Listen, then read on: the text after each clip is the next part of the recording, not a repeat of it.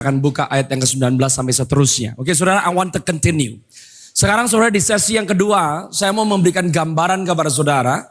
What will the revival di hari-hari ke depan, how will it look like? Oke, saudara perhatikan. Now, saudara dan saya harus mengerti bahwa the foundation of the church itu selalu adalah doa, prayer. Oke, saya katakan tadi, saudara lihat di 2 Tawarik, I mention kepada saudara semua, bahwa 2 Tawarik 7 ayat yang 14, bahwa waktu gereja Tuhan merendahkan diri, then you pray, maka Tuhan akan datang untuk memulihkan dan menyembuhkan negeri, tanah saudara. Oke? Tapi perhatikan baik-baik. Yoel pasal yang kedua, coba ayat yang ke-13 terlebih dahulu. Perhatikan. Saudara lihat ada sebuah pattern sebelum saudara ngalamin that awakening and revival, saudara harus mengerti, oke? The prophetic itu selalu bicara tentang yang akan datang. Tidak ada kitab suci yang lain selain Alkitab yang ngomong tentang masa yang akan datang. Only the Bible. So when the church is not moving in the prophetic, saudara nggak mendapatkan secara lengkap keseluruhan dari the kingdom of God. In every season, saudara harus mengerti the importance of the prophetic. Now, dengan cepat, karena ini impartation, jadi saya bisa masukin nyelipin sedikit dari pengajaran. You gotta understand, Efesus 2 ayat yang ke-11 dan seterusnya, dengan jelas, ayat yang ke-19, 20, 21, 22, Efesus 2. Gak usah dibuka. The Lord says bahwa rumah Tuhan itu dibangun dari dasar para rasul dan para nabi. You have to understand, rasul dan nabi membawa dinamika, they lay foundations. Tapi what is mysterious about the apostolic and the prophetic ministry, saudara kalau bangun rumah, Anda lihat dasarnya gak pernah kelihatan. Okay? So, apostolic and prophetic harus merujuk kepada humility and obedience. If apostolic and prophetic tidak menuju kepada humility and obedience, that's not Jesus. Kenapa Tuhan berkata bahwa first apostles, second prophets, itu ada tempatannya, gak random, gak acak. First apostles. Tapi Alkitab berkata, yang pertama, yang utama, Paulus bisa berkata, I am the least of the apostles. Padahal perjanjian baru, mayoritas dari buku-buku yang ada di perjanjian baru ditulis oleh Rasul Paulus. Tapi kenapa dia berkata bahwa I am the least from all the apostles? Because apostles ada di depan, Rasul memimpin, tapi Rasul punya the nature of Christ yang namanya humility, karena dasar fondasi paling penting, tapi yang paling tidak kelihatan itu Rasul. That's the dimension. To reveal Christ. Paling penting, dasarnya harus ada, tapi kelihatan atau enggak, dilihat orang atau tidak, direcognize orang atau tidak, it doesn't matter. Itu bangunan harus rapi tersusun. Okay? Now, the prophetic and the apostolic itu penting. Apa sih esensinya bergerak di dalam kerasulan? You have to humble yourself. Humility artinya saudara dan saya rela untuk mengalami aniaya apapun, resiko dan konsekuensi apapun demi kerajaan Allah yang saudara perjuangkan. Esensi nabi, obedience. Total obedience. Mau kamu dicibir, mau kamu dicaci, mau kamu dicerca, it doesn't matter. Prophets obey to the word of the Lord. Dan ini karakternya Kristus nih. Humility and obedience. Nah saudara dan saya harus mengerti, dinamika apostolik dan profetik itu harus ada di dalam rumah Tuhan. It has to be. Bahwa the anointing of the apostles and the prophets itu sangat dibutuhkan. Saudara dan saya harus bisa bedakan dimensinya namanya apostolik dan profetik. Rasul dan nabi itu office. People who are called to be in that office. In every office ada authority and capacity. But the dimension of the apostolic and the prophetic harus dimiliki oleh setiap orang percaya.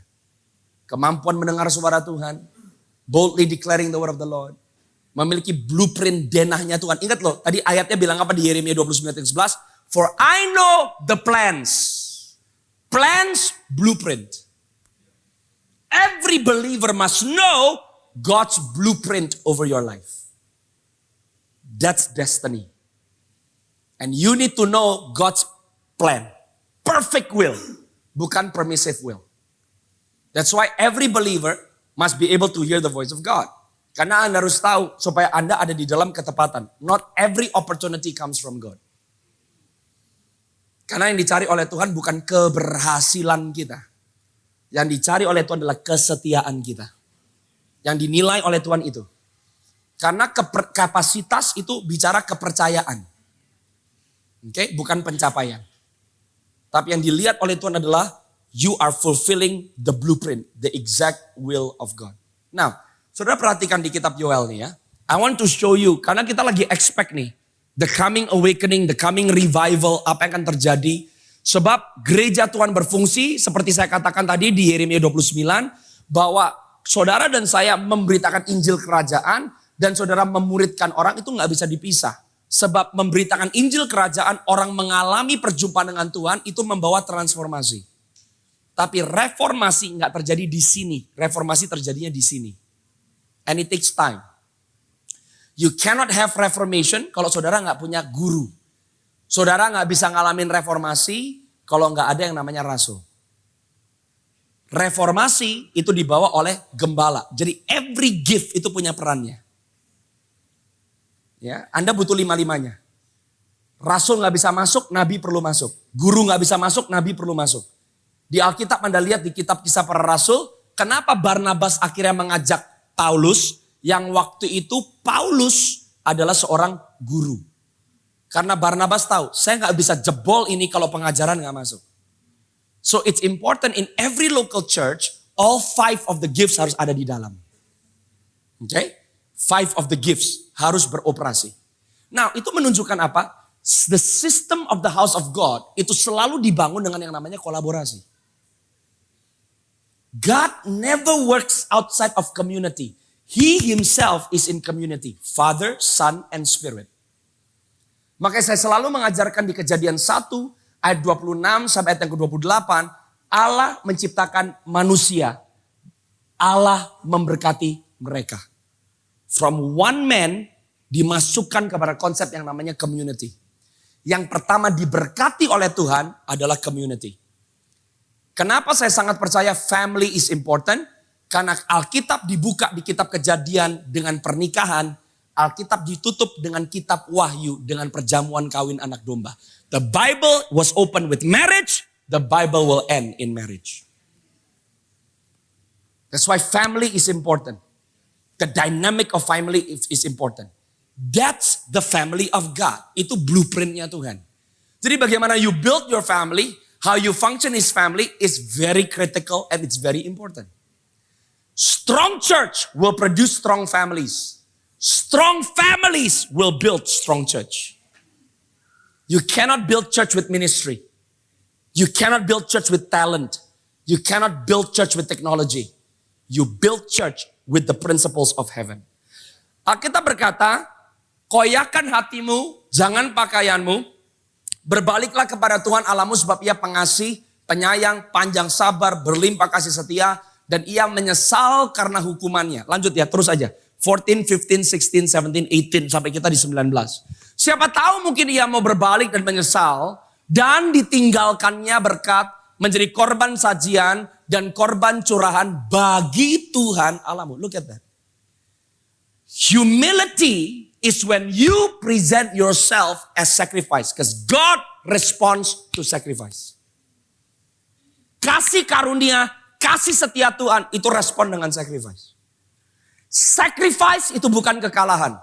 Sacrifice tidak merugikan. Sacrifice itu menguntungkan saudara dan saya. Jesus gave a principle. Lebih baik kamu memberi daripada kamu menerima. Lebih baik kamu kehilangan. Because it's principle. God moves through sacrifice. He looks for sacrifice. Jadi one of the heresy, menurut saya salah satu penyesatan adalah karena Kristus sudah memberikan pengorbanannya, sudah tidak dibutuhkan lagi pengorbanan dari kita. Wrong! Karena korban Kristus, korban kita diterima. Tanpa korban Kristus, korban kita tidak diterima. Ingat, karena Tuhan mengembalikan kita kepada fungsinya. Imamat yang rajani. Kalau imam tidak mempersembahkan korban, tidak diperlukan imam. Think about it. Logic. If God calls you holy, royal priesthood, sacrifice is not done. It's your job and my job to present unto God a sacrifice. Tapi pengorbanan kita nihil kalau kita nggak mengerti the power of the sacrifice of Jesus. We can give our sacrifice because Jesus has given his sacrifice. Makanya dia adalah imam besar yang agung. He's the first that gives the sacrifice. Dan saudara dan saya dijadikan sama seperti dia. That's why we are priests, not under the Levitical priesthood.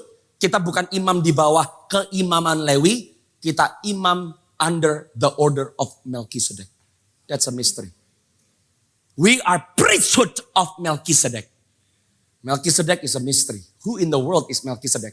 Kalau Anda baca di kitab Kejadian, King Melchizedek adalah Raja Salem.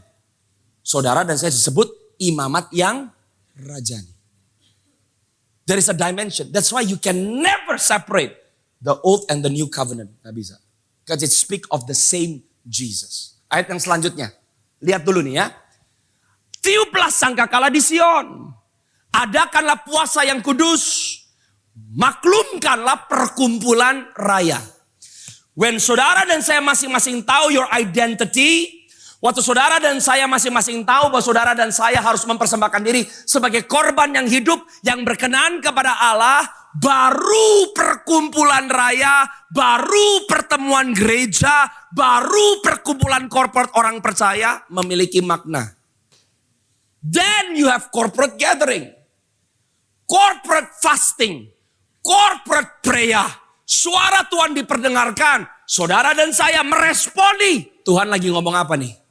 Tuhan lagi minta apa nih? Lanjut ayat yang selanjutnya sampai ayat yang 19. Kumpulkanlah bangsa ini, kuduskanlah jemaah. Saya udah ngomong tadi, set apart. Pisahin. Nah ini saudara dan saya nih. Jadi tugasnya gereja lokal tuh misahin orang. Don't be like the world. You have to come to the service of Jesus. You have to serve the Lord. You have to serve your purpose. Kamu harus cinta sama kota Bandung. Kamu harus taruh waktu berdoa buat kota Bandung. Kumpulkanlah orang tua, kumpulkanlah anak-anak, bahkan anak-anak yang menyusu. Baiklah pengantin laki-laki keluar dari kamarnya dan pengantin perempuan dari kamar tidurnya. Gereja lokal yang kuat adalah gereja lokal yang melibatkan setiap lapisan generasi. Sekarang di Sunday School, kamu ngajarin anak-anak apa? Bukan Jesus loves me, yes I know, for the Bible tells me so.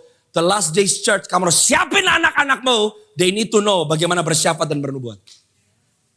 You need the spiritual dimension. Kenapa anak kita babak belur sekarang generasi yang berikutnya? Karena kita treat mereka seperti orang yang gak ngerti apa-apa. Kalau kamu bangun anak-anak Sunday schoolmu sebagai anak-anak yang cuma tahu cerita, maka mereka hanya anak-anak yang besar dengan dongeng. Do you teach them to prophesy? Orang tua tumpang tangan sama anak. Lift up your hands. Start laying hands. Atau kita nganggap nggak tahu apa-apa. Diajarin Jesus loves you. If we are really serious about our young generation, sekarang orang Kristen nggak ada bedanya sama orang dunia. Anda cuma taruh anak-anakmu di gereja, ikut sekolah minggu. Kalau anak-anakmu gak terima, gak ngerti Alkitab, kamu marahin gerejanya. Tapi orang tuanya lebih menggiring anaknya supaya sekolah pintar, dapat beasiswa, sekolah di China, Malaysia, Australia, Amerika. Tapi kamu gak peduli. Tahu kehendak Tuhan atau tidak. Bisa dengar suara Tuhan atau tidak. Ternyata kita mengikuti tata cara ibadah. Tapi anak kita gak ada bedanya sama anak dunia.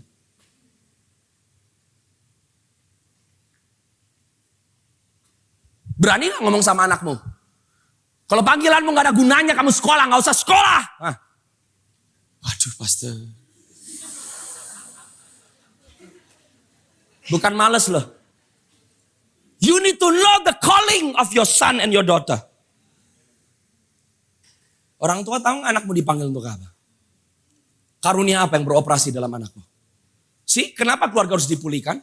Karena kalau sampai suami istri ngomongin investasi, ngomongin dagang, politik nyambung, the moment ngomong Alkitab nggak nyambung.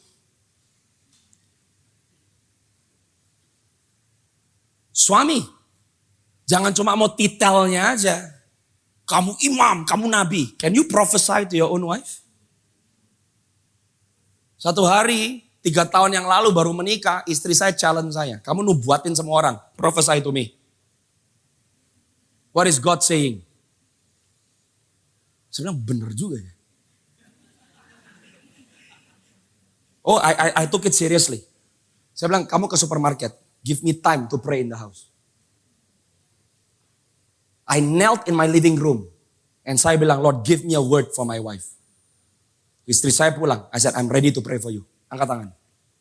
I release the word of the Lord. Bam! Nangis dia di situ. Di situ Tuhan membuktikan, the prophetic tidak disturbed because of emotions. Where must you exercise the gift? Di rumah. Prophesy to your children. Prophesy to your wife.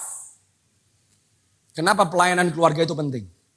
But you need to build your family spiritual. Demikian pula anak-anak kita. Pelayanan anak-anak muda. Karena gini saudara. Tuhan gak peduli. Gen Z, Alpha, Beta, Charlie, Delta, Fanta, Fantastic. Gak peduli Tuhan. He is the same Jesus forevermore. Karena yang dibutuhkan bukan relevan. Yang dibutuhkan reverence. Semakin kamu menghormati Tuhan. Kamu punya otoritas memberkati generasi kamu. Saya kasih satu simple contoh. Waktu Tuhan mau menyampaikan kepada orang-orang tentang anak manusia, juru selamat dunia yang lahir. Dia ngomongnya sama siapa? Anak yang lahir di palungan, dia ngomongnya sama gembala. Dia kagak ngomong sama tukang parkir gitu loh. Kenapa? Because God always have the right language and the right people to talk to in every generation. So yang kita perlukan bukan bagaimana yang ngomong sama Gen Z ya bahasa mereka. Mereka tetap orang bukan alien. Right? Spirit talks to spirit. Manusia mau generasi apapun diciptakan segambar serupa dengan Allah kok. When you talk in the language of the Holy Spirit, maka roh yang diciptakan from the Spirit of God, mereka bisa reaksi. Karena mereka tahu dari mana mereka diciptakan. Gereja gak butuh reverence. Relevance. You need reverence. The more you honor God, resepnya gak pernah berubah. He's the same God. Yesterday, today, and forever. Yang mengerti katakan amin saudara. Now, every generation harus dipanggil keluar. Lanjut 17, 18, 19. And then the Bible says, baiklah para imam. Tuh. Pelayan-pelayan Tuhan menangis di antara balai depan dan mesbah dan berkata, I am telling you, yang dibutuhkan di dalam rumah Tuhan, lebih banyak puasa bukan lebih banyak pesta. You cannot win your nation with parties. Gak bisa. You can't. The recipe of God is always prayer, fasting. Prayer, fasting. Prayer, fasting. Yang pertama adalah imam-imam yang melayani.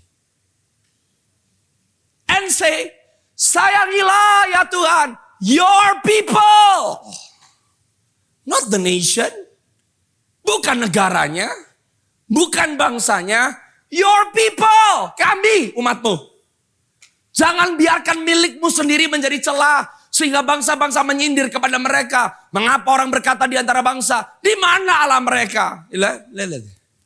If the Christians are not functioning and living as Christians, maka orang akan bertanya, bedanya lo sama agama gua apa? Gua gak punya pengharapan, lo juga gak punya pengharapan. Gua berantem, lo juga berantem. People don't want to follow Jesus. God always works with his people. Lanjut ayat yang selanjutnya. Tuhan menjadi cemburu karena apa saudara? Tanahnya. Dan ia berbelas kasihan karena umat. The people of God is the only one that can move the heart of God. Who can move God's heart di Sodom dan Gomora? Only Abraham. Kalau bukan Abraham yang berdoa, nggak sama.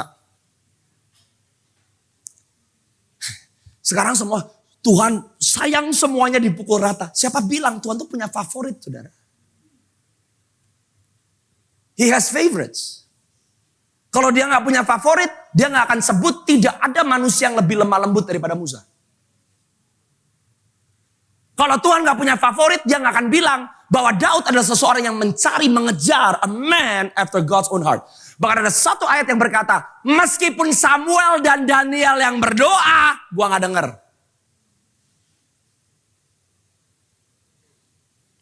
Makanya saya katakan nih, jangan cuma jadi orang Kristen yang cuma berantemnya dikasih karunia. Weh, kasih karunia itu level anak-anak. Orang dewasa, you move dan bergerak di yang namanya perkenanan. Perkenanan, different dimension dalam kasih karunia. If I give a definition, kasih karunia memampukan saudara dan saya melakukan yang tidak bisa kita lakukan, tapi kita harus lakukan. Tapi perkenanan, saudara dan saya dimampukan oleh Tuhan melakukan yang tidak bisa kita lakukan, tapi kita tidak harus lakukan. Saya ulang. Kasih karunia memampukan saudara dan saya melakukan yang kita tidak bisa lakukan, tapi kita harus lakukan. Perkenanan, Tuhan memampukan kita melakukan yang kita tidak bisa lakukan, tapi kita tidak harus lakukan. Ayatnya di mana? Tolong buka dulu Lukas 2:52.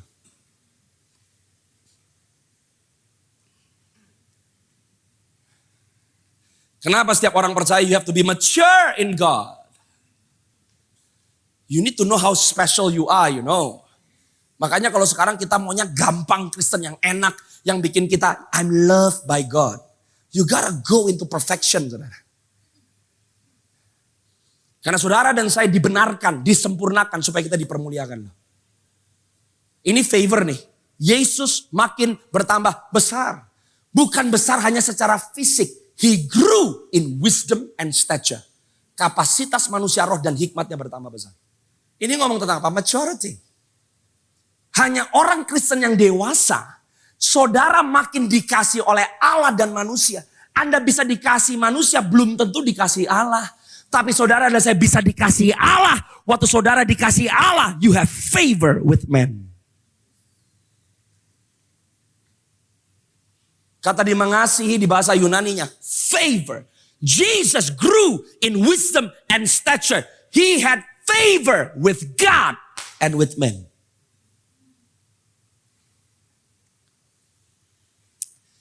Kasih karunia gak usah diperdebatkan.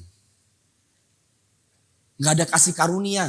Semua yang kita ngomongin gak ada artinya. Tapi kasih karunia itu landasan. Bukan tujuan. Karena ada kasih karunia you can reach the ceiling. Jangan debatnya di bawah. Betapa konyolnya kalau orang yang cuma taunya kasih karunia. Yang penting saya masuk surga. Saudara mau ada di kemah suci. Kemah suci tempatnya nggak adil. Ada yang namanya pelataran, ada yang namanya ruang kudus, ada yang namanya ruang maha kudus. Anda di pelataran namanya juga kemah suci. Tapi saudara dan saya tidak diperuntukkan hanya ada di kemah suci. Adanya di ruang maha kudus. Tapi di ruang maha kudus nggak ada yang bisa berdiri. Semuanya terkapar. You want the greater glory? The price is expensive. Lah emang imam yang potong-potong korban di pelataran bukan imam? Lah imam juga.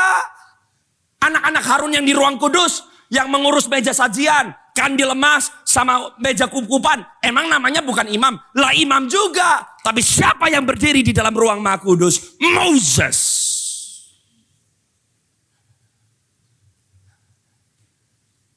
That's why Paulus berkata, press on to maturity. Menjadi serupa seperti Yesus. God made a way where there seems to be no way. Apa? Karena tirai ruang Maha Kudus terbelah gitu. Semua bisa dengan caranya sendiri. Yang penting terima kasih Tuhan. Kasih karunia-Mu cukup. Mau gua langgar kek. Mau asal terserah gua. I can stand before the Holy God. Mati loh kamu.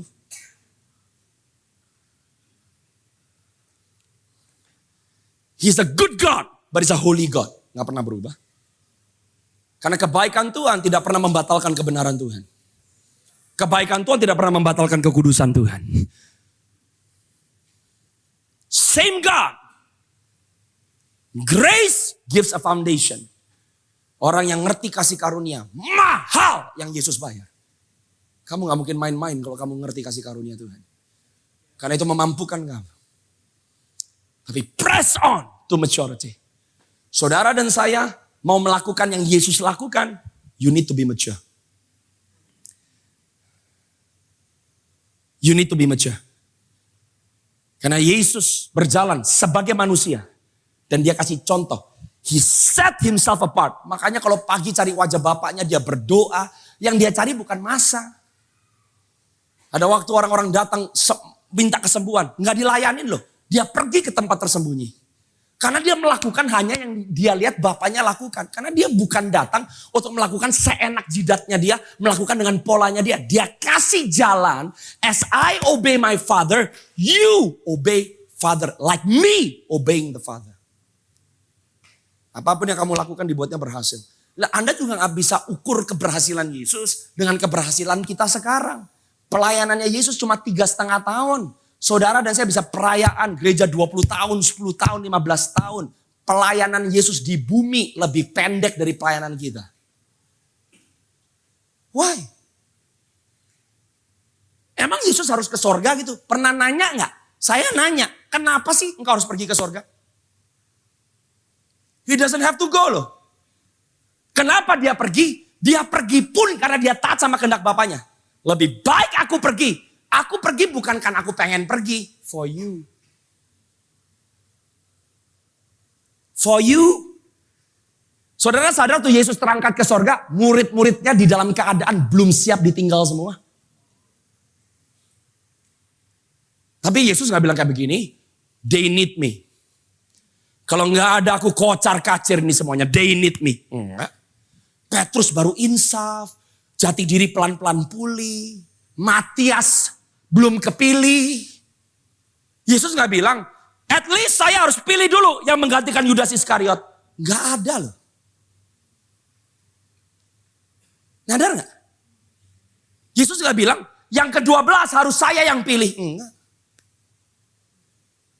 Bahkan Anda baca Kisah Rasul 1, itu murid masih debat. Kapan Tuhan engkau akan memulihkan keadaan Israel seperti zaman nenek moyang kami Daud. Israel super power. Gak nangkep itu murid-murid. Kerajaan yang dibawa oleh Yesus bukan kerajaan yang mereka dambakan. Bye. Shum, dia pergi.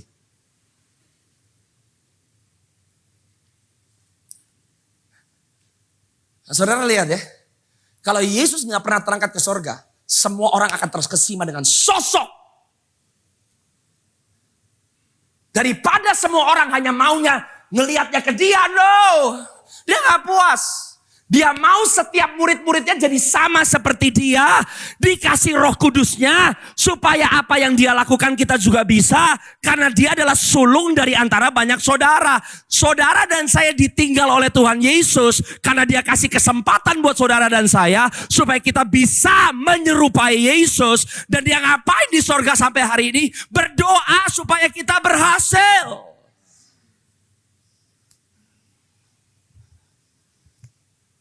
You tell me. Hidupmu penting gak? Absolutely.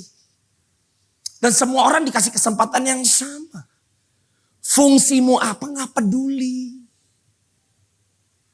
Jesus wants to manifest himself in you. Makanya kalau orang karena karunia, karena fungsi kamu merasa somebody, wait. Banyak orang yang kita gak tahu namanya mereka siapa. Tapi they are so close to Jesus. Dunia gak kenal mereka. Tapi nama mereka dikenal oleh surga. Fair. Fair game. Yang mengerti katakan amin. Amin. Nah kembali coba. Ke Yoel 2, ayat yang ke-16. Continue, watch this.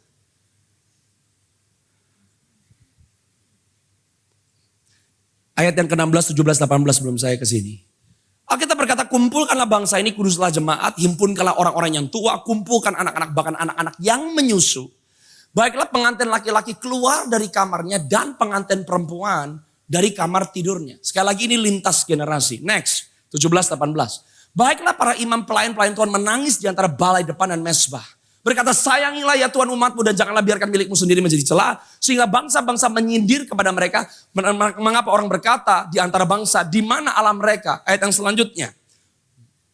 Tuhan menjadi cemburu karena tanahnya. Dan ia berbelas kasihan kepada umatnya. Waktu saudara dan saya melakukan bagian kita, we humble ourselves before God. And the mercies of God, the favor of God turun atas kita. Ayat yang ke-19, apa yang terjadi? Saudara kalau mau catat, ini ciri khas orang Kristen yang sehat. Ini ciri khas gereja yang sehat. Tuhan menjawab katanya kepada umatnya, sesungguhnya aku akan mengirim kepadamu ada 3. Gandum, anggur, dan minyak. Dan kamu akan kenyang memakannya. Aku tidak akan menyerahkan kamu lagi menjadi celah di antara bangsa-bangsa. 3 hal. Orang percaya yang sehat. Gereja yang sehat. Kamu punya gandum. Gandum ngomong tentang apa? Anda pasti berbuah. Harvest. Gereja yang sehat. Anda punya anggur. Anggur ngomong tentang apa? Anda dewasa. Anda pasti punya minyak. Minyak ngomong tentang apa? Anda diurapi. A healthy Christian, a strong church. 3. Fruitful church. Mature church. Anointed church. That's what God wants. Kalau saudara mau lihat barometer orang Kristen sehat, 3. Kamu punya gandum, kamu punya anggur, kamu punya minyak. 3 things. Jadi orang percaya harus berbuah nggak? Harus. Tuhan Yesus tidak dipermuliakan kalau kamu gagal.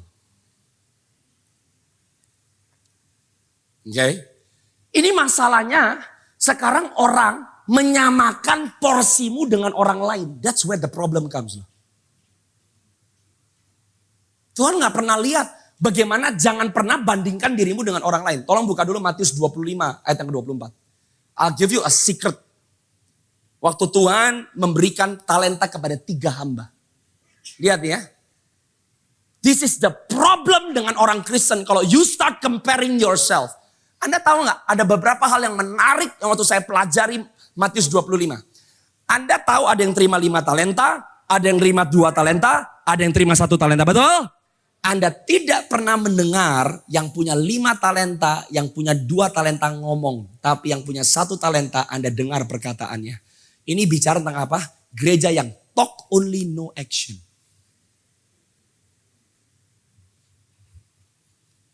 Padahal yang 1 talenta itu punya keterampilan loh.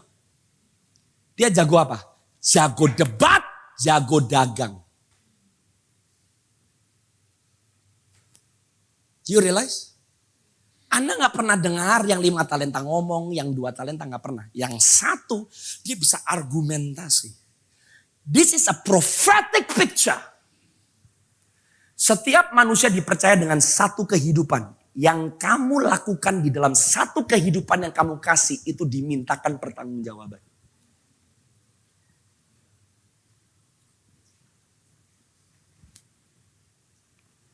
Kamu cuma punya 1 suami, kamu cuma punya 1 istri. Bagaimana kamu perlakukan yang 1 di hidupmu? Tuhan minta pertanggungjawaban. But look at the problem sama orang ini. Orang yang punya 1 talenta ini membuka mulutnya dan berkata, Tuhan, aku tahu bahwa Tuhan adalah manusia yang kejam. Semua yang dia katakan adalah alasan. Kenapa orang ini tidak berhasil? Karena dia benci sama Tuhannya. Kamu tahu kalau kamu remehkan yang Tuhan kasih sama kamu remehkan talentamu sendiri, kamu remehkan hidupmu sendiri, kamu lagi menyatakan kamu benci sama Tuhan yang menciptakan kamu.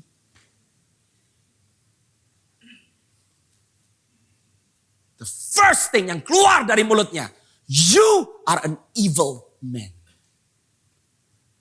Kamu menuai di tempat di mana Tuhan tidak menabur. Kamu memungut di tempat di mana Tuhan tidak menanam. Ayat yang ke-25. Karena aku takut. Look at that. Kalau orang yang gak menghormati Tuhan.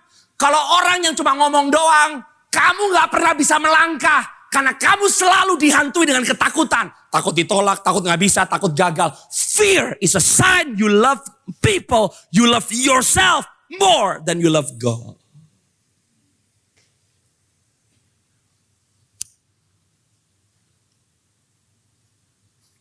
If you really trust God, you move by faith and obedience. Kalau sampai salah, emang Tuhan gak berkuasa untuk mengkoreksi saudara gitu?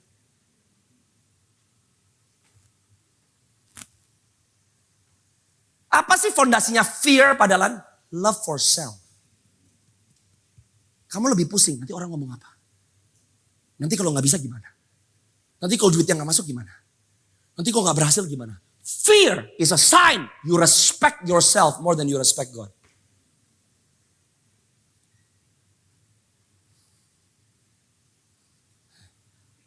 Dan gak ada orang fearless. Anda coba buka Alkitab, tidak ada kata fearless. Tapi kalau Anda buka Alkitab, Tuhan mengajarkan jangan takut. Berarti ketakutan bisa datang. Apa yang harus kamu lakukan untuk ketakutan datang? Lawan! Faith is the step of defeating fear. Hamba ini bilang, aku takut, aku pergi menyembunyikan talenta Tuhan itu di dalam tanah. Saudara kalau mati dikubur di mana? Ini adalah gambaran orang Kristen selama dia hidup sampai mati tidak pernah melakukan kehendak Tuhannya. Emang bukan hamba Tuhan, Kristen.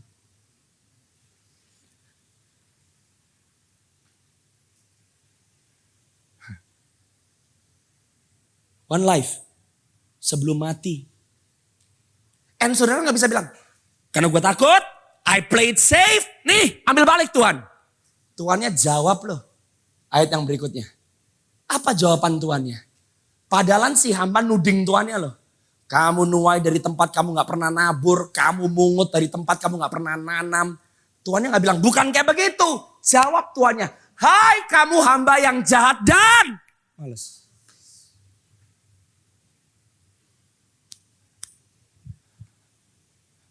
Saudara tahu jahat itu bukan hanya tidak melakukan kehendak Tuhan. Berlambat-lambat dan malas melakukan kehendak Tuhan. Itu jahat di mata Tuhan. Jadi orang jahat bukan cuma non-Kristen. Saudara dan saya beralasan. Kamu tetap bisa bilang, aku cinta engkau Yesus. Hanya engkau bagiku Yesus. Kamu gak taat, Tuhan bilang jahat kamu. Dan Tuhannya gak argumentasi loh. Dia bilang, lu udah tahu. Kalau aku menuai di tempat aku gak nabur. Aku memungut dari tempat di mana aku gak menanam. Lu udah tahu. Kamu udah tahu tetap gak ngelakuin. Makanya Tuhan bilang, lebih baik kamu gak tahu daripada kamu tahu tapi kamu gak menaati apa yang kamu ketahui. Nah. Saudara tahu kebenaran itu akan mengusik saudara? Kok begini Tuhan? Kenapa begitu Tuhan? Ya karena kebenaran bukan harus berubah karena saudara ngerti gak ngerti. Saudara dan saya yang harus berubah supaya bisa selaras dengan kebenaran. Bukan kebenaran yang mengkondisikan dirinya kepada kita. Kita yang harus mengkondisikan diri kita kepada kebenaran. Kamu udah tahu, you know, bahwa aku ngambil di tempat aku gak nabur. Udah tahu gak ngerjain. Ayat yang selanjutnya, look at the mercy of the master. Tuhan yang ngomong kayak begini, ayat yang ke-27. Karena itu, sudahlah seharusnya uangku itu kamu kasih orang yang menjalankan uang. Supaya sekembalinya aku menerimanya serta dengan bunganya. Tuhan bilang begini loh. Kamu gak bisa ngerjain, kamu butuh ditolong, kamu minta orang lain yang bantu kamu taruh di deposito, kamu gak bikin apa-apa, gak masalah. Tapi intensi hati kamu adalah menyenangkan hati Tuhanmu. Kamu gak bikin apa-apa bukan karena kamu gak bisa bikin apa-apa. Kamu gak bisa bikin apa-apa dan kamu tidak mau bikin apa-apa karena kamu tidak menempatkan Tuhanmu di tempat yang tepat. Saudara mau tahu hamba Tuhan yang paling paling dibenci Tuhan adalah hamba Tuhan yang paling banyak alasan tapi gak bikin apa-apa.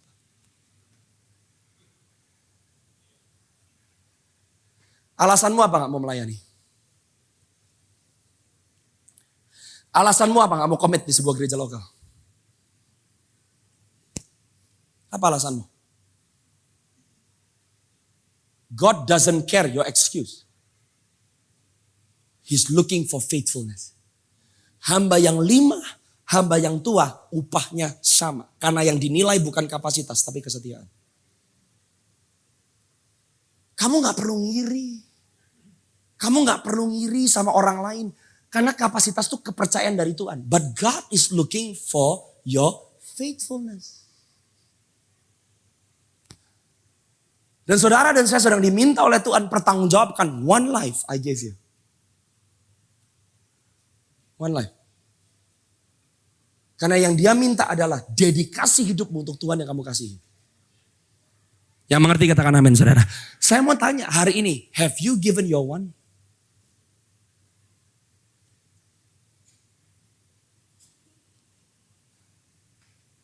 Have you given your one? If you have not given your one, better check, better recheck, mumpung masih ada kesempatan. Yang mengerti katakan amin saudara. Waktu gereja berfungsi seperti yang seharusnya. Baru Yoel pasal yang kedua ayat yang 28. I will pour out my spirit among all flesh. Anak-anakmu akan bernubuat. Orang tua dapat mimpi. Dan teruna-teruna muda mendapat penglihatan. Lintas generasi. This is revival. This is awakening. Revival are people are awakened to God. That's revival. Dan Tuhan janji, di tengah-tengah goncangan, di tengah-tengah tantangan, di tengah-tengah rintangan, barang siapa berseru kepada nama Tuhan akan diselamatkan. Jadi revival punya dua muka. Yang pertama pendewasaan dan kegerakan tubuh Kristus. Yang kedua keselamatan massal. Gereja jadi dewasa, gereja menyerupai Kristus, gereja berjalan di dalam favor. That's revival. You need both. Amin. Semakin efektif penuai, semakin besar tuaiannya. Semakin dewasa penuai, semakin matang tuaiannya. Karena penuai sangat menentukan tuaian. And God wants to work with the church. Makanya kalau saudara betul-betul rindukan Indonesia dilawat Tuhan, Tuhan lagi mau tanya, gereja, what price are you willing to pay untuk keselamatan bangsamu? Kalau Anda betul-betul rindu Bandung, jangan lihat orang lain. You yourself, what are you willing to lay on the altar? Oh, jangan dianggap remeh saudara. Saya ingat satu kesaksian dari Dr. Billy Graham. Satu kali Dr. Billy Graham sedang melayani di sebuah kota. Kalau saya nggak salah di state of Alabama. Dia masuk di kota tersebut, lawatan Tuhan dahsyat luar biasa. Ribuan orang maju ke altar terima Yesus. Dr. Billy Graham melihat ada lawatan Tuhan, jamahan Tuhan yang sakit sembuh. Dia pulang ke kamar hotel. Dia berlutut, dia bilang terima kasih Tuhan untuk lawatan, terima kasih Tuhan untuk hadirat-Mu. Tiba-tiba Tuhan ngomong gini sama Billy Graham. Tuaian yang kamu terima malam hari ini, kreditnya aku kasih kepada 2 perempuan yang berdoa di kota ini berapa puluh tahun yang lalu. Dr. Billy Graham kaget. Yang kerja keras gua, yang nginjil gua. Kenapa kreditnya dikasih 2 perempuan yang doa puluhan tahun yang lalu? Karena Tuhan berkata, aku kirim kamu ke tempat ini. Karena berapa puluh tahun yang lalu ada 2 perempuan yang berdoa. Tuhan tolong lawat dan jamah kota kami. And I am answering their prayer. Upahnya jatuh ke tangan 2 perempuan itu yang kita gak tahu namanya siapa. Itu namanya imamat yang raja. Because your presence, you carry Jesus wherever you go. Anda tahu ada seorang revivalist namanya Charles Finney. Charles Finney kalau masuk ke sebuah kota, dia gak mau masuk ke kota itu kalau tidak ada bapak-bapak yang namanya Daniel Nash. Gak masuk ke kota itu 3-4 hari atau seminggu sebelum Charles Finney datang. Daniel Nash ngapain? Dia kunci kamarnya di dalam ruangan. Dan dia nangis minta lawatan Tuhan untuk kota itu. Kalau ada doanya Daniel Nash, Charles Finney datang, bam, lawatan Tuhan terjadi. Kamu bisa dipercaya with your one or not. Karena your one is significant in the eyes of God. Yang mengerti katakan amin, saudara. So you need to prepare. Gereja harus mempersiapkan diri untuk kegerakan lawatan Tuhan yang dahsyat. Amin. Sebelum saya tutup.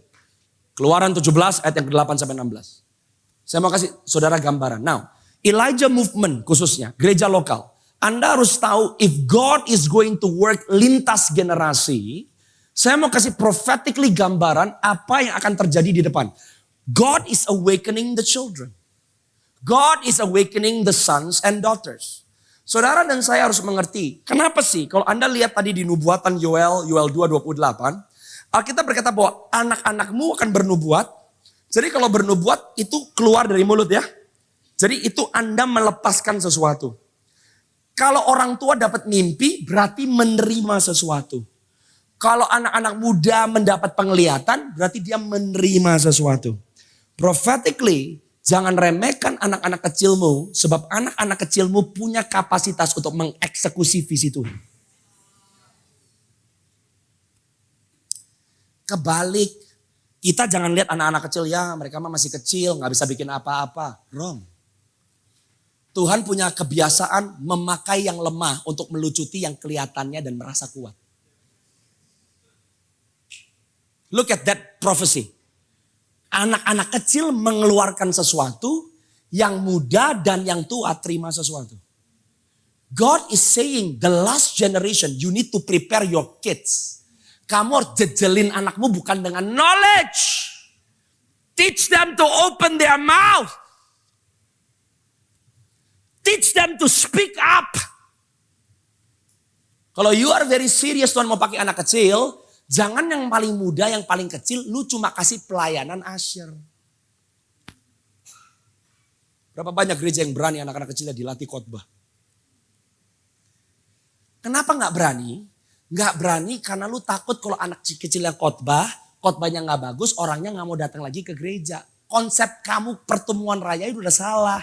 Kamu mau bikin orang betah supaya balik lagi ke gereja kamu. Itu bukan gereja, itu namanya sales marketing. Saya pernah ngomong, saya share sama Pastor Dudung. Saya ketemu sama satu pendeta di kota Jakarta. Dia punya gereja, waktu saya masuk in the spirit, saya lihat semua pengerjanya capek. Saya bilang, Pastor, kenapa sih nggak kadang-kadang hari libur, hari Minggu, liburin gerejamu, suruh semua pengerjanya spend quality time sama keluarga, nggak ada ibadah.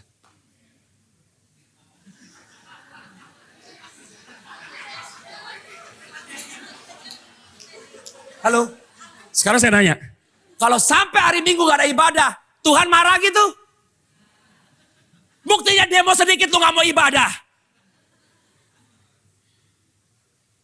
Berapa banyak pendeta yang berani berkata, kamu semua butuh waktu sama keluarga. Gak ada ibadah minggu, libur, spend time sama keluarga. Gak berani, kenapa? Duit gak masuk.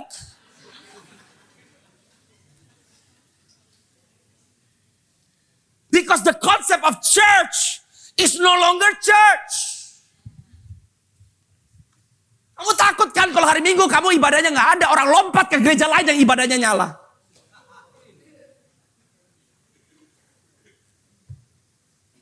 Jawab. Tuhan marah gitu hari Minggu ada ibadah? Tuhan ngamuk gitu? Lah kalau kamu udah ibadah hari Jumat, hari Kamis malam, hari Minggu, nggak ada, bedanya apa? Betul nggak? You gotta change your concept of church. Orang suka bilang sama saya, Pastor, yang mana lebih penting? Pekerjaan, pelayanan, atau keluarga? Yang mana? Siapa bilang?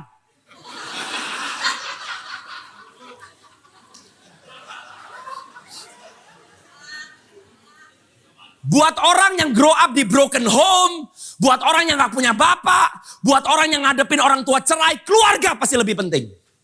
Buat orang yang pernah miskin, buat orang yang gak pernah punya apa-apa, buat orang yang pernah dirampas, buat orang yang pernah tidur di jalanan, pekerjaan pasti lebih penting. Buat orang yang bertumbuh di keluarga hamba Tuhan, papanya pendeta, kakeknya pendeta, pelayanan pasti lebih penting. One day I asked Jesus, which one? Tuhan berkata, put me first. Aku yang atur. Minggu ini keluargamu fokusin. Bulan depan pelayanan dulu. Bulan depannya lagi kamu fokus sama pekerjaan kamu dulu. Kamu bisa pelayanan. Tuhan bilang stop. Anakmu butuh kamu di rumah. Cancel semua jadwal pelayanan. Balik ke rumah. When Jesus is first. Dia yang atur. Yang mana perlu, yang mana gak perlu. Karena dia kepala bukan ekor dalam kehidupan saudara.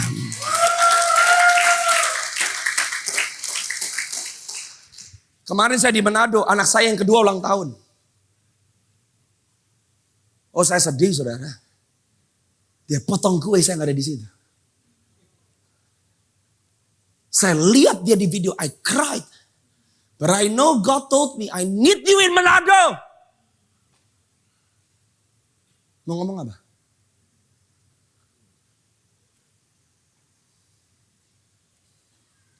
And I said to God, you want me in Manado? I'm your servant king.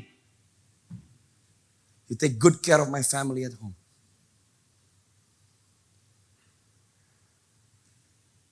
If Jesus tells me, cancel, go home. Your wife needs you. Yes, sir. Kalau saudara dan saya dipimpin, dituntun, nggak usah coba cari tahu. Dia sudah tahu. Nggak usah sok tahu, karena dia pasti kasih tahu. Kalau Anda di sebuah gereja, Anda minta off, pendetanya jempalitan. Beda sama off karena males, off karena pelarian, off karena kecewa. Different. You have to understand what is church. Dan saya rasa 2 tahun ke depan God will rombak itu konsep kita tentang gereja. Gereja udah kayak masuk sistem. Gereja udah masuk kayak mesin. Mau COVID lagi. Baru gereja sadar. Mau pandemi lagi. Baru gereja ngerti the importance of slowing down. Gue bisa pelayanan tiap hari Minggu. Tapi bagaimana keadaan kondisi spiritual keluargaku? My challenge. Are you willing to stop your church service on Sunday? Kalau ternyata pengerjamu butuh waktu spend time sama family. Karena seorang ayah yang hadir dalam kehidupan anaknya di waktu yang tepat. Yesus hadir bersama dengan ayah itu. Yang mengerti katakan amin. Now, Keluaran 17. Ayat yang ke-8. Saya mau stop di sini saudara. So you need to understand the younger generation. They speak. The older dengar. Nah kalau lintas generasi saling bekerja sama, you bring the fullness of God.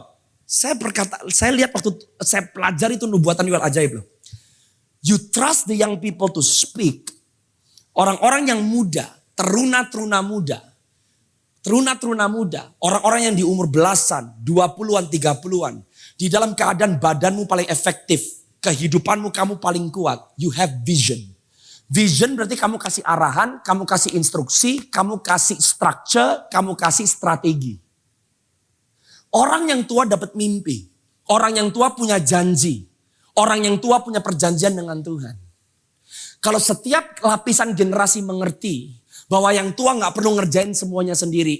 Izinkan orang-orang yang punya keterampilan. Izinkan orang-orang yang punya ide yang baru. Izinkan orang-orang punya teknologi yang baru di zaman mereka. Untuk susun strategi. Tapi kamu persiapkan yang muda-muda. Yang punya energinya untuk lari. You will see bahwa kamu bisa melakukan sesuatu hal lebih cepat. Lebih efektif. Sebab setiap lapisan generasi melakukan bagiannya sesuai dengan yang Tuhan percayakan.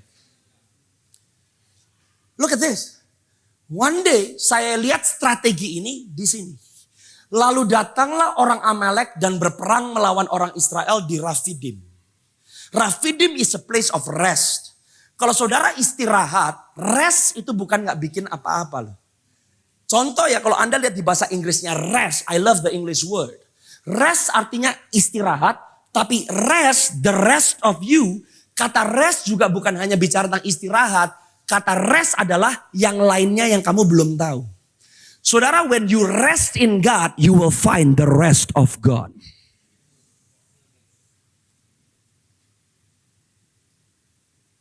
Sabat itu bukan gak bikin apa-apa, ngaplo gitu, no. rest in God, you find more of God. The devil will always fight for your rest. Itu mereka ada di Rafidim, the enemy attack. Ayat yang selanjutnya, look at the strategy. Musa, pemimpin top nomor 1 yang memimpin jutaan orang. Musa berkata kepada yang paling muda, berkata kepada bawahan, generasi muda, pilih orang-orang bagi kita. When you want to teach the young generation, give them responsibility. Sebab berkat yang paling tinggi yang seorang pemimpin bisa kasih kepada yang dimimpin, bukan berkat the Lord bless you and he shine his face upon you. Berkat yang paling tinggi yang seorang pemimpin bisa berikan kepada yang dipimpin adalah yang namanya kepercayaan. Do you trust your young kids?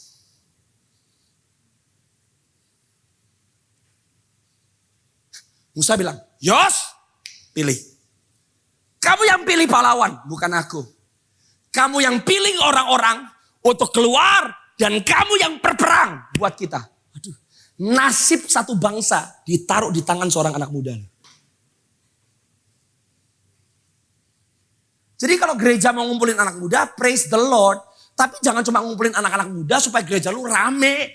Bangun pemimpin, bukan pecundang. Teach the young people how to get married right. Teach the young people to have a good sex life in the context of marriage. Teach the young people to be successful. Teach the young people to have innovative ideas to release the kingdom of God. Karena Musa tahu yang bisa mengeksekusi generasi muda. Orang tua, trust your kids. Kalau kamu bina, kamu didik sesuai dengan kebenaran firman, jangan takut. Trust your kids. It's time. Awaken them. Dan Musa ngomong begini, besok aku akan berdiri di puncak bukit itu dengan memegang tongkat Allah di tanganku. Yang pegang otoritas tetap siapa? Musa. Kenapa seringkali banyak tentara Tuhan keletihan? Kalau pemimpin hanya ngelihatnya terus melakukan yang di bawah, pemimpinnya akan berhenti untuk mendaki lebih tinggi. Kalau pemimpin mulai melihat kepada Tuhan, engkau sudah memberdayakan orang-orang yang ada di bawahmu. The leader supposed to stand in the presence of God. Nah sekarang gereja gak begitu. Senior pastor kalau bisa ngelayat orang mati, sunatan di rumah sakit, semuanya harus senior pastor. Kalau senior pastor yang gak datang, kamu kecewa, kamu merasa gak diperhatikan. Makanya senior pastor lu kecapean gak bisa kasih firman yang fresh. Do you give your leader the space to pray?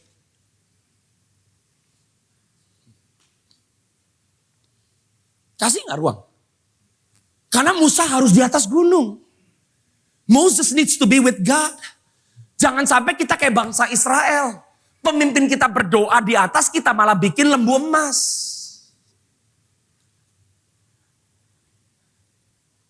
You see? Padahal yang bersyafaat. That's why you need to understand. Sekarang leaders yang tepat, it's not about how busy you are. A leader who carry weight, you need to be closer to God. Lanjut. Ini strategi nih. Ini juga ngomong ke lapisan yang berikutnya. Ayat yang ke-10. Musa ngomong sama Yosua. Lu pilih tentara, lu perang buat kita. Lalu Yosua melakukan seperti yang dikatakan Musa. Bagian generasi muda belajar. Pemimpin ngomong A, jangan A plus, jangan A minus, A. Ada gak porsinya generasi muda? Apa? Kamu harus bisa dipercaya sama pemimpinmu. Waktu seperti yang dikatakan Musa, waktu dia berperang melawan orang Amalek, tetapi Musa, Harun, Hur telah naik ke puncak bukit. You need to understand perannya Harun dan Hur. Waktu Musa naik ke atas gunung Sinai, puasa 40 hari 40 malam, Musa berkata kepada seluruh bangsa Israel, semua masalah rakyat selama aku pergi, kamu harus datangnya ke Harun dan Hur. Saudara tahu yang misteri apa? Waktu Harun membuatkan lembu emas untuk orang Israel, Anda gak pernah ketemu Hur ada di mana. Saya pelajari beberapa sejarawan, banyak yang menspekulasikan bahwa Hur sudah dibunuh oleh orang Israel.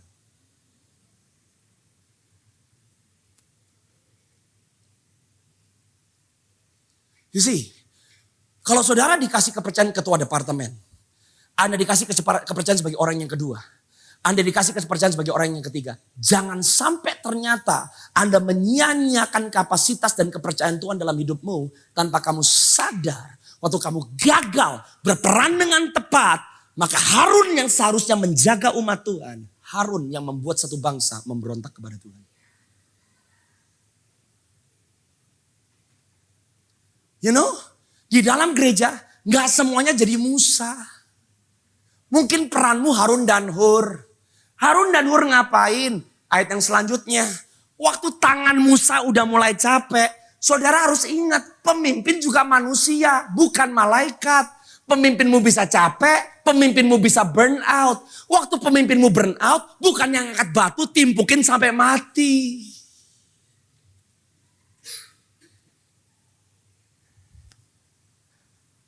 Bukankah ini yang sering kali terjadi? Why is intergeneration important? Ada satu kali Moses was tired. Waktu tangan Musa turun, Israel kalah. Kalau tangan Musa naik, Israel menang. Ayat yang ke-12.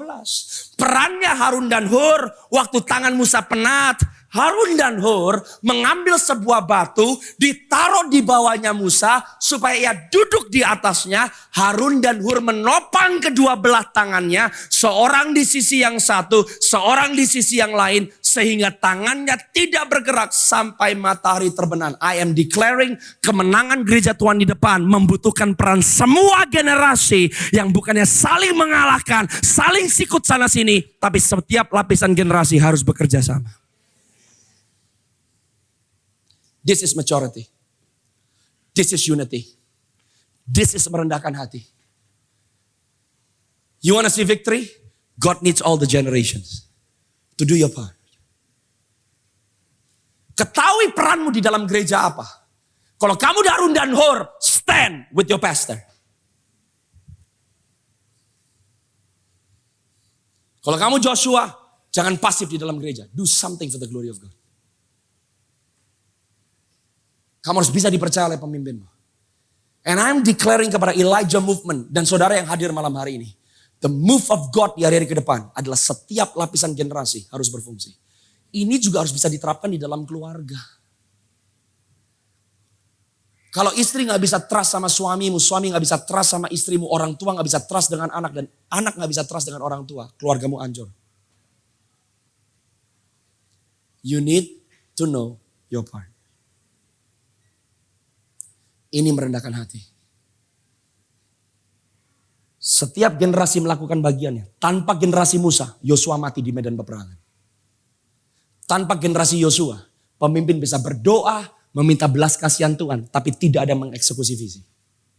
Tanpa Harun dan Hur, kelemahan pemimpin bukannya ditutupi supaya bisa ditanggunglangi, malah kalau tidak ada Harun dan Hur, pemimpin akan mati.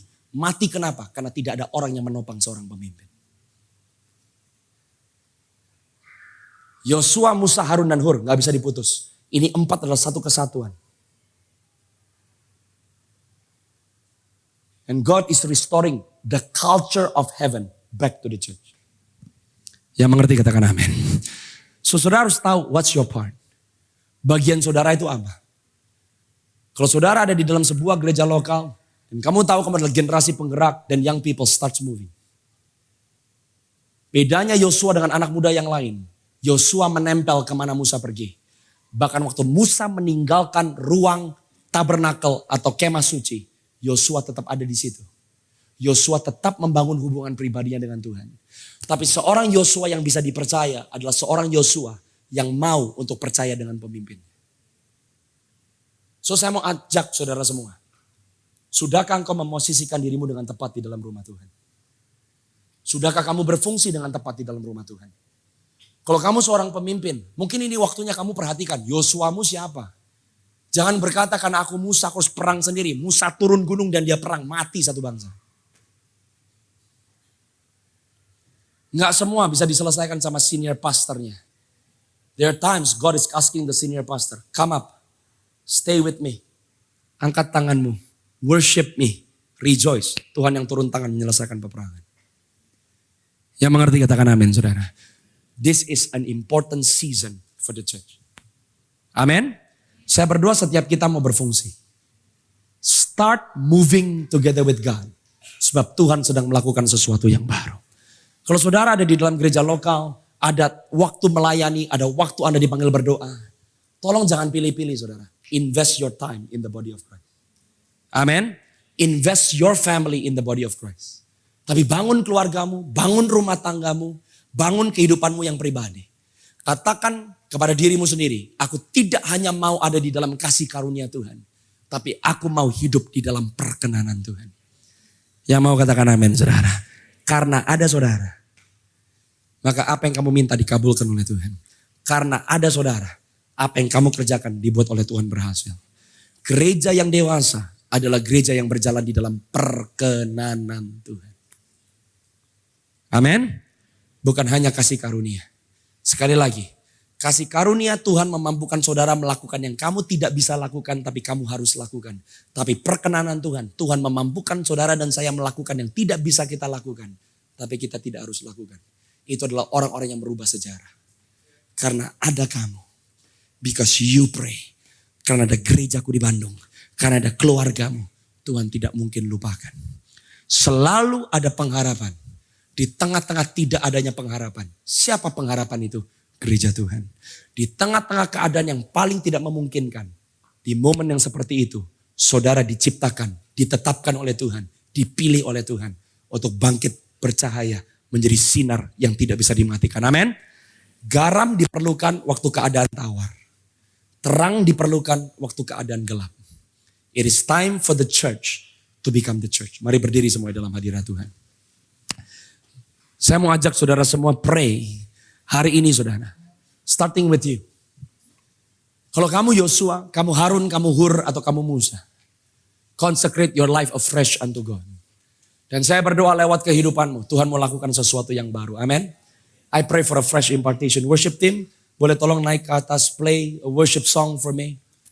And I want to release the word of the Lord. And I pray a fresh impartation. Thank you Holy Father. Terima kasih Tuhan. Tuhan, aku berdoa di dalam nama Yesus. Saat ini biar rohmu yang manis, rohmu yang kudus menghampiri setiap hamba-hambamu Tuhan. Aku berdoa, touch every heart. Touch every soul. Kore sotorolo monderi di busha. Hura bakatara lamanda. Ambil beberapa waktu ke depan, saudara. Ambil beberapa waktu ke depan. Beberapa detik ke depan. Talk to God. Talk to God. Syara la bakatara lamandara lamonche. Rika barasatara lamandara lamanshiri di dikishurulu. Rabakatara lamandara lamasara lamansuni. Shiri ara labakatara lamandara lamanshurulu munsurulu bushiri di dia. Reba katara la mandara la masara la bakatara la masara la mandara la. Talk to God, talk to God. Koro la bashiri de bosoto lo monde. Reba katiara la mandara la kasoto lo monde kishiara la mandara la bakasanda. Bapak, kami berdoa di dalam nama Yesus. Tuhan, kami rindu di dalam kehidupan setiap kami ditemukan gandum, anggur, dan minyak. Di mana setiap kami menjadi anak-anak Tuhan yang dewasa, setiap kami menjadi anak-anak Tuhan yang berbuah, setiap kami menjadi anak-anak Tuhan yang bergerak di dalam otoritas dan kuasa, di mana pengurapan Tuhan itu turun atas kami. Dan aku berdoa, Lord, right now release a new wine, release a new wine, release a new wine, release a new wine. Sharalamandarambu, Jesus.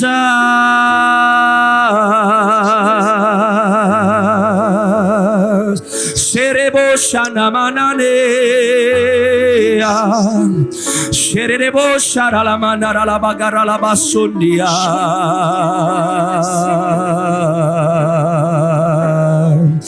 I have decided to follow Jesus, no turning back. Katakan, no turning back. I have decided to follow Jesus, no turning back, no turning back. Katakan, I have decided to follow Jesus. I have decided to follow Jesus, no turning back, no turning. Katakan, I have decided to follow Jesus, no turning back. Turning. Katakan, Christ is enough for me. Christ is enough for me. Christ. Katakan, enough for me. Katakan, everything I need is in you. Everything I need. Katakan, Christ is enough. Christ is enough. Katakan, Christ is for me.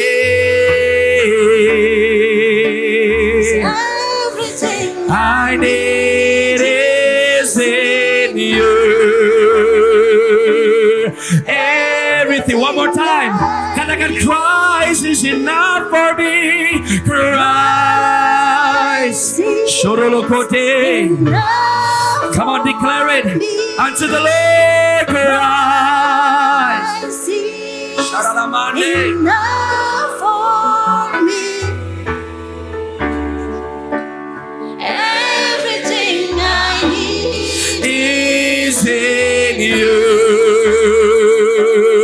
Everything Katakan, I have decided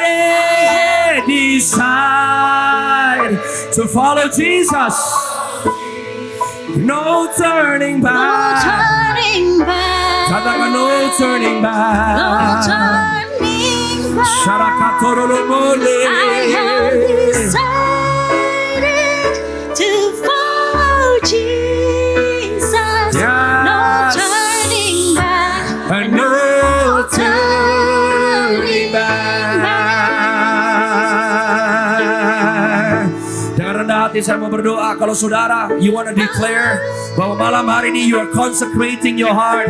Anda mengkonsekrasikan hatimu afresh. Angkat tanganmu tinggi-tinggi. Bapa, Engkau lihat setiap tangan yang terangkat. Dan dengan hormat saya mau mendoakan saudara yang mengangkat tangannya dengan rapi boleh maju ke depan. Kalau saudara mau berlutut silakan berlutut. Kalau saudara mau berdiri silakan berdiri. I want to pray for a fresh anointing to come upon you. Jesus, Holy Spirit, rain down. Holy Spirit, rain down. Rain down. Rain on us. Katakan, Holy Spirit.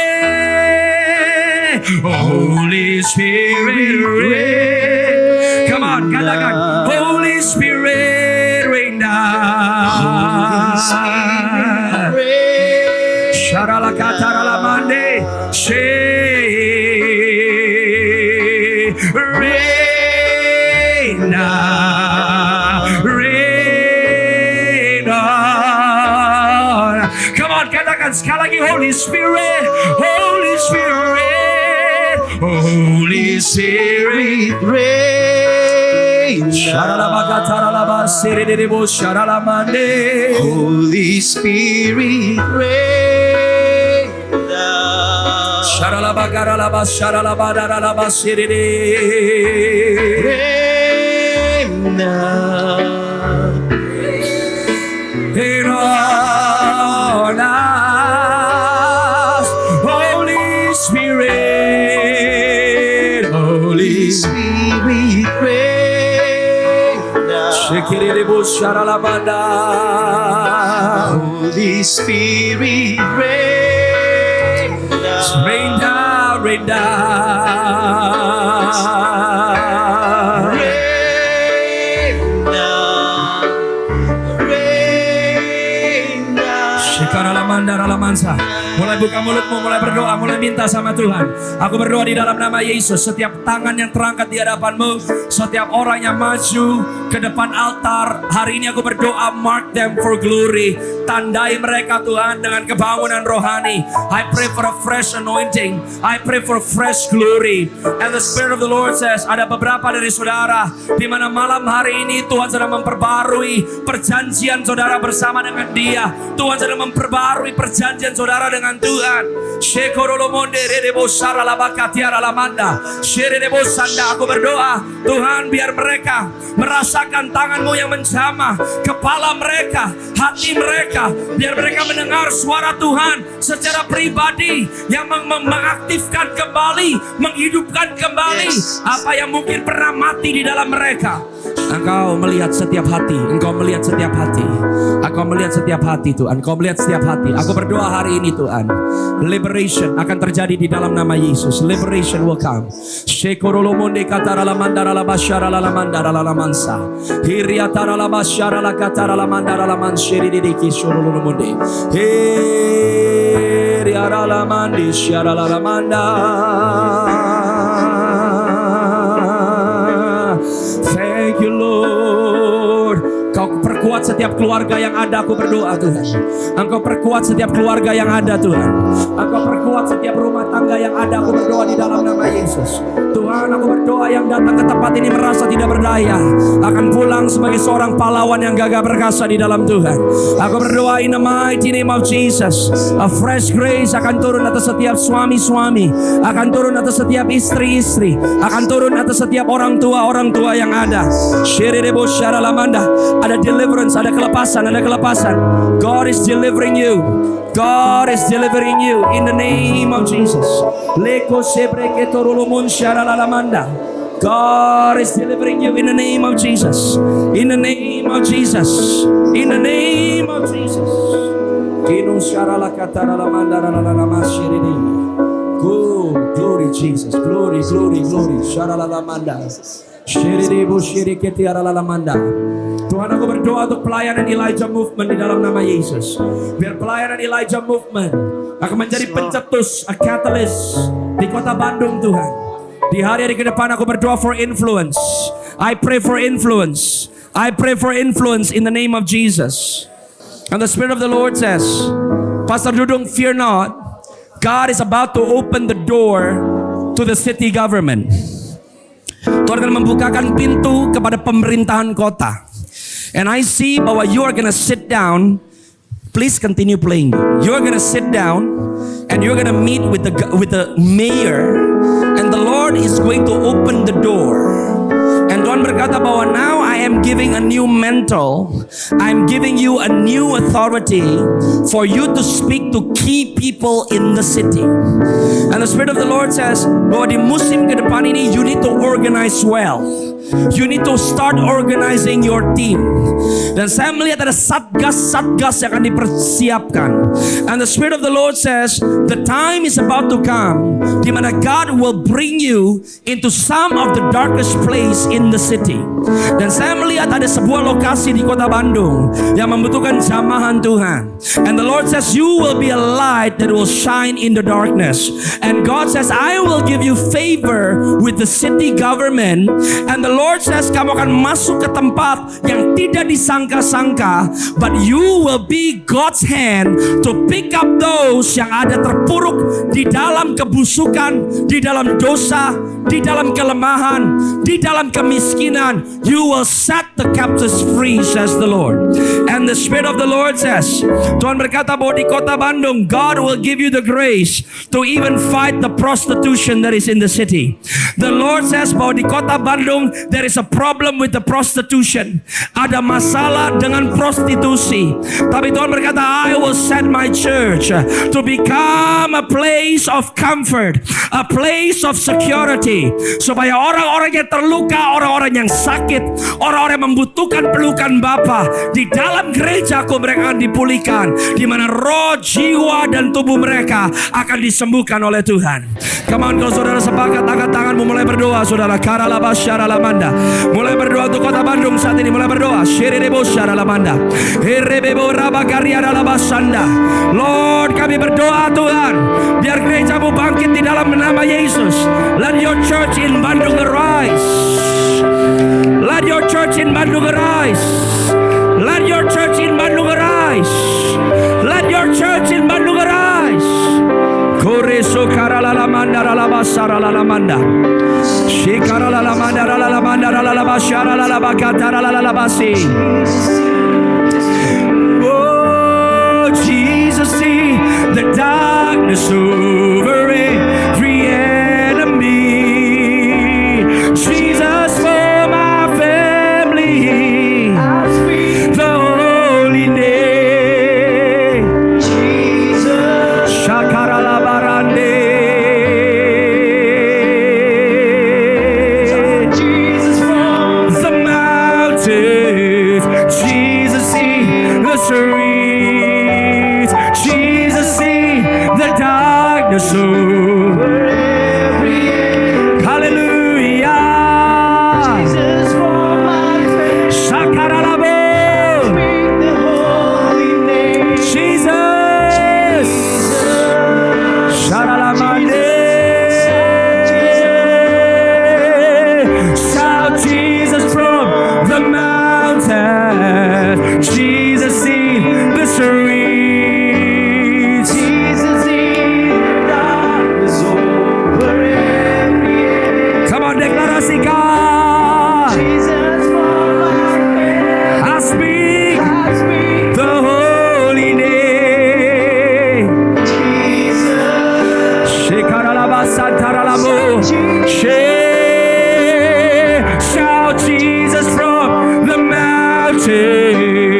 Jesus in We prophesy atas Bandung. Jesus in the dark Come on. for every enemy. Hallelujah. Jesus from my prayer. I speak. I speak the holy name. Yes, Jesus. Come on, your name. Your name. Your name is. Declare your name. Your name is healing. Your name is life. Your name It's life.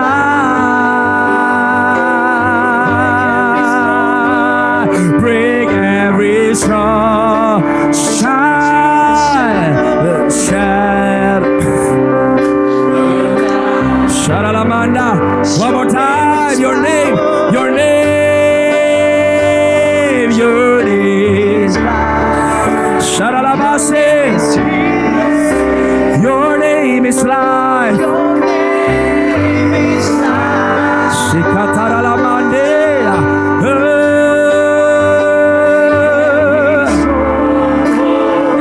Shine through the shadows.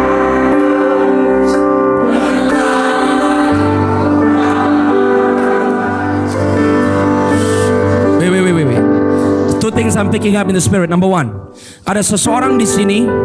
The Lord is going to entrust to you with a new space. And I see bahwa engkau akan dipercayakan oleh Tuhan dengan sebuah tempat yang akhirnya kamu sewakan. It's going to be like a rental place for people to make offices. I see somebody here. God is opening the grace for property, rental property. I pray release that grace and that blessing in the name of Jesus. Release that grace and blessing in the name of Jesus. And I see there is a number two. There is someone here. God is touching your womb. Ada seorang perempuan yang rahimnya sedang dijamah oleh Tuhan.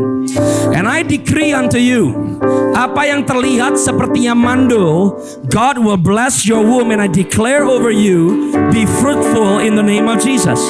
Be fruitful in the name of Jesus. Be fruitful in the name of Jesus. And I prophesy, even tahun depan di waktu bulan-bulan ini, you will have a child. You will have a child. You will have a child.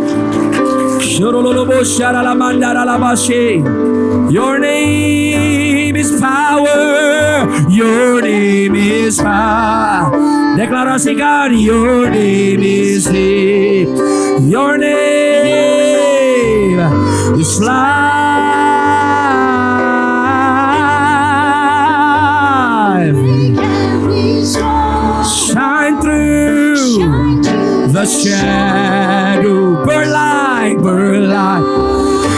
glorified. Come on, your name, your name, your name is. Hey, your name is. Your name is life.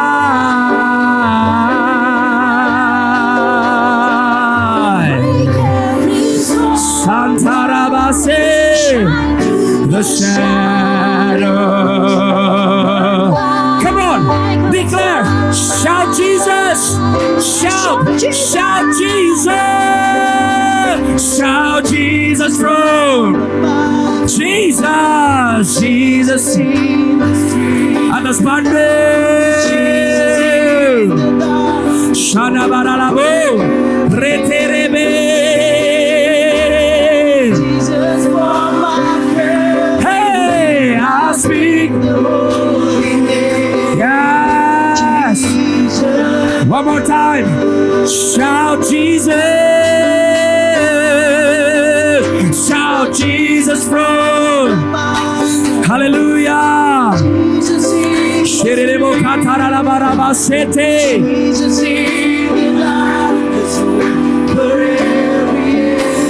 Jesus. I speak the holy name. Your name, your name, your name is. Your name, your name is life. Yeah. Sharalabushindi.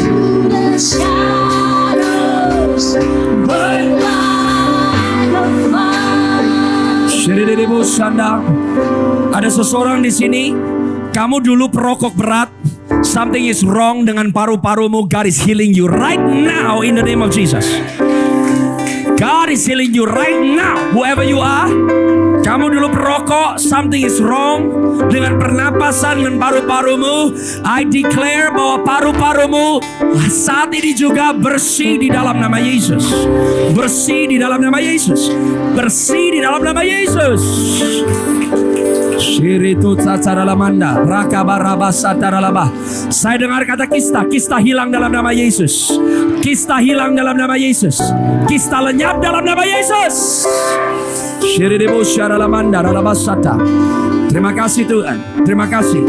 Terima kasih. Engkau menjamah, Engkau memulihkan, Engkau memulihkan, Engkau memulihkan, Engkau memulihkan, Engkau memulihkan. Sharalamandi di Debu Shiridisa.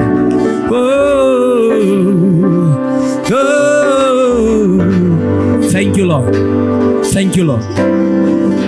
Thank you Lord. Terima kasih Tuhan.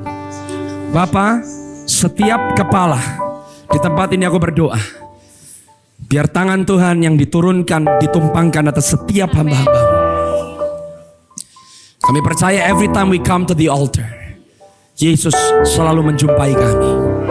Terima kasih bahwa Engkau sudah membangkitkan tentara dan pahlawan-pahlawanmu di kota Bandung. Aku berdoa untuk setiap gereja yang hadir, setiap pelayanan yang hadir. Aku berdoa untuk Elijah Movement.